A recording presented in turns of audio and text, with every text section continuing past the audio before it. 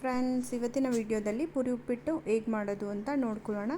First ನಾವು ಒಂದು ಬಾಣಲಿ ತೊಗೊಂಡು ಒಂದು ಸ್ವಲ್ಪ ಎಣ್ಣೆ ಹಾಕ್ಕೊತಾ ಇದ್ದೀನಿ. ಎಣ್ಣೆ ಸ್ವಲ್ಪ ಬಿಸಿ ಆದಮೇಲೆ ಸ್ವಲ್ಪ ಸಾಸಿವೆ ಹಾಕಿ, ಸಾಸಿವೆ ಸ್ವಲ್ಪ ಪಟ ಆದಮೇಲೆ ಸ್ವಲ್ಪ ಕಡಲೆಬೇಳೆ, ಕರಿಬೇವಿನ ಸೊಪ್ಪು, ಒಂದು ಮೆಣಸಿನ್ಕಾಯಿ ತೊಗೊತಿದ್ದೀನಿ. ನೀವು ಬೇಕಾದರೆ ಗ್ರೀನ್ ಚಿಲ್ಲಿ ಯೂಸ್ ಮಾಡ್ಬೋದು. ಒಂದು ಸ್ವಲ್ಪ ನೆಕ್ಸ್ಟ್ ಒಂದೇ ಒಂದು ಕಟ್ ಮಾಡ್ಕೊಂಡಿರೋ ಆನಿಯನ್ ಹಾಕಿ ಒಂದು ಸತಿ ಮಿಕ್ಸ್ ಮಾಡಿ, ರುಚಿಗೆ ತಕ್ಕಷ್ಟು ಉಪ್ಪು.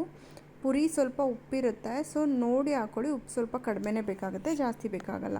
ಈರುಳ್ಳಿ ಸ್ವಲ್ಪ ಕಲರ್ ಚೇಂಜ್ ಆಗೋ ತನಕ ಮಿಕ್ಸ್ ಮಾಡಿ, ನೆಕ್ಸ್ಟು ಒಂದು 1/4 ಕಪ್ ಆಗೋಷ್ಟು ತುರ್ಕೊಂಡಿರೋಂಥ ಕಾಯಿ ತುರಿ ಹಾಕಿ ಮತ್ತೆ ಮಿಕ್ಸ್ ಮಾಡಿ,